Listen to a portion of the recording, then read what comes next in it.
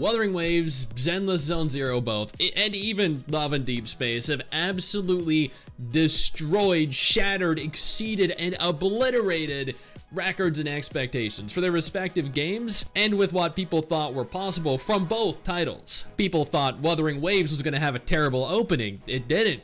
They thought month 2 was going to be worse than month 1. Month 2 was actually pretty good. They thought there's no way month 3 was going to do well, especially given the fact that they'd only had one single banner running, Chongli, yet evidence to the contrary. People thought that Zenless Zone Zero was going to earn a cataclysmically abysmal amount of money. Evidently it did not. Before we get into everything though, I do want to note, yes, Zenless Zone Zero fell significantly short of what Genshin Impact opened to. Zenless Zone Zero fell short of Honkai Star Rail. Comparatively, it did worse than both of Hoyo's big titles. A lot of people were hoping Zenless was going to be their next big hit. I personally think Zenless achieving the amount that it did is a phenomenal opening.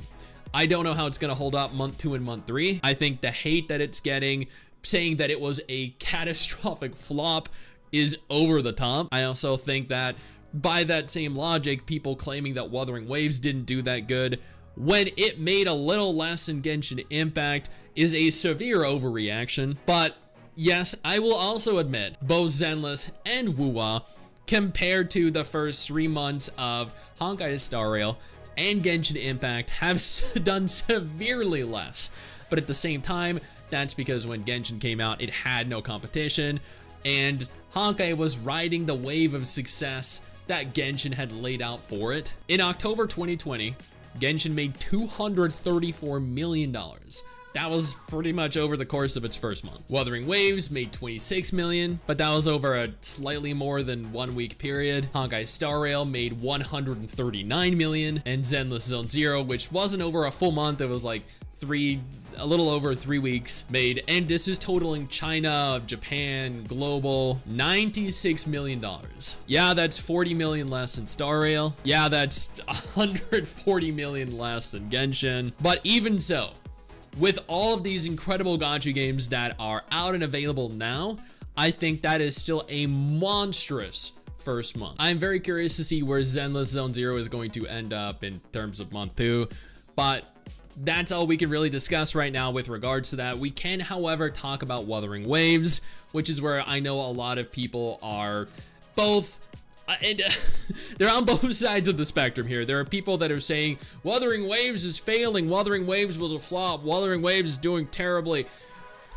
And you know what? Wuthering Waves in June made $27 million globally and $19 million within China. And I will note, this is all for every single game. For Genshin, for Star Rail, for Zenless, and for Wuthering Waves, this is only mobile revenue. This is not factoring in PC sales. There could be double, triple, quadruple the amount of sales for PC for any or all of these games. But in the month of June, Wuthering Waves made $46 million. That was with the Yinlin and the Jinta banners. Two fairly popular female characters. July 2024, so the last month, where Wuthering Waves had only one single character, Chongli, running as a banner. China managed to earn $17 million, which was better than month 1, slightly below month 2, and global made $13 million, which was higher than month 1, lower than month 2, totaling $30 million. 30 million for a game with one single limited banner character available. $30 million. This isn't its launch month. This is several months after release. This is a phenomenal number. Why is it a phenomenal number? Because this is not a Hoyo owned game. Wuthering Waves does not carry the same staying power. It does not carry the same momentum. It doesn't carry the same level or degree of authority that all of Hoyo's games carry. So a non-Hoyo game managing to make every single month over $30 million is a significant achievement. Let's go ahead and compare this to Genshin Impact and Honkai Star Rail. We know Zenless did incredibly well. Genshin Impact made in China $19 million. Wuthering Waves in China made $16.5 million. So it made roughly $3 million less than Genshin Impact within China. Wuthering Waves globally made $13 million. Genshin Impact globally made $17 million, so it made $4 million less globally, totaling roughly $7 million less combined around the world. $7 million less than Genshin Impact. That is an accomplishment for any gacha game out there to be making numbers so close to what has been and is arguably the biggest, most popular, most successful gacha out there. Honkai Star Rail made $19 million globally. That is above what Genshin Impact made. Honkai Star Rail made $16.5 million within China. That is the same amount that Wuthering Waves made in China. If we're using this logic, Wuthering Waves is not more popular than Genshin and Honkai Star Rail, but also not far beneath them. Now, this is not Star Rail, this is not Genshin at their peaks. At their peaks, they double, they triple these numbers, but they have also had time to build up to these numbers. They've had time to build a significant community of players. Wuthering Waves might drop off, it might hit 25 million, 20 million, 15 million over the course of the next few months. Zenless Zone Zero might drop by the same margin. That does not mean that they are unsuccessful games. On the contrary, anything above 10 million is still a phenomenal success. There's several other games here, like Love and Deep Space, that within China makes almost $36 million. On average, for the last several months, it has made every month over $20 million. Naruto Mobile has made over 20 million every single month for the last 4 or 5 months. Dragon Ball Z Dokkan Battle made 22 million. Monster Strike made 22 million. Nikkei, on average, makes about 15 to 30 million. These are all incredible successes, but they don't make the same amount that Genshin and Honkai Star Rail do. Now, we have seen Genshin and Honkai Star Rail, as of this month or last month, hit the lowest they have ever been, and there's a reason for that. Zenless took part of their revenue. Wuthering Waves took part of their revenue, and their players. Both games did. Love and Deep Space, Naruto Mobile, Dragon Ball Z Dokkan Battle. All of these games are fun games. They are all games that are beloved by their communities, by the gacha community, the larger community overall. Admittedly, we can only play so many games at any given time, and Honkai Star Rail and Genshin are kind of in dry patches right now, so it very much stands to reason. But by that same logic, where Zenless just launched, they have tons of content and multiple banner characters running concurrently. Wuthering Waves only has one banner character running, no patch content, and it is also dry.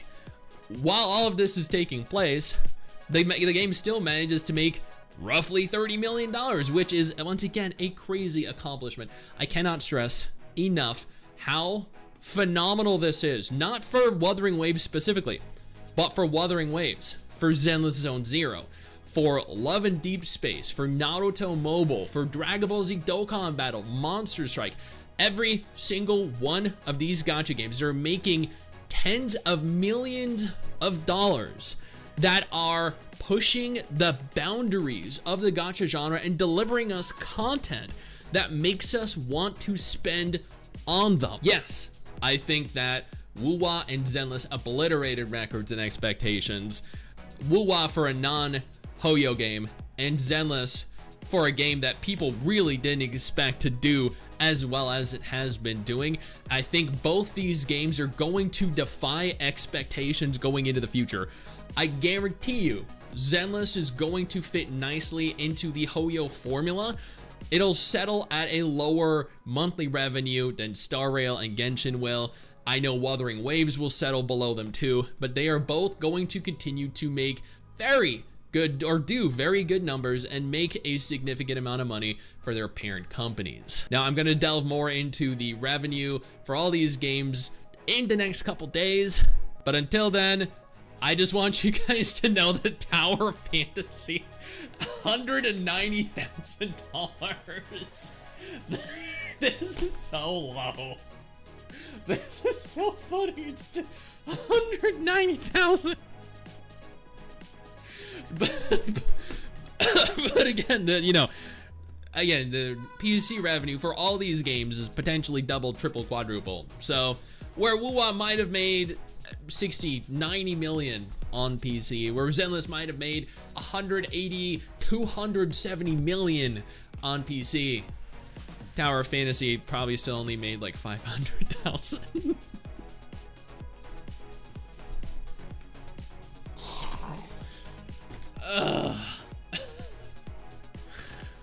Oh, neverness to everness cannot come out soon enough for this studio, dude.